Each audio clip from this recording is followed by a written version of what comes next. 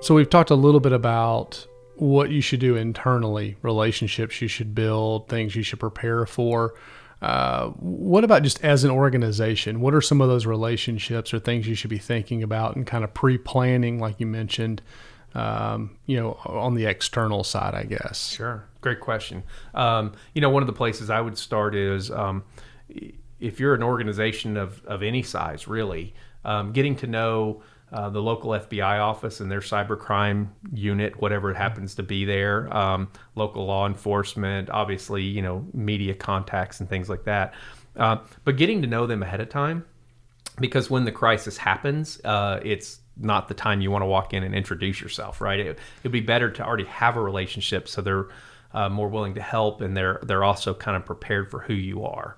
So that's one thing, I think, is to truly just develop those relationships externally to the people that you will end up talking to anyway. So you just have to think through it.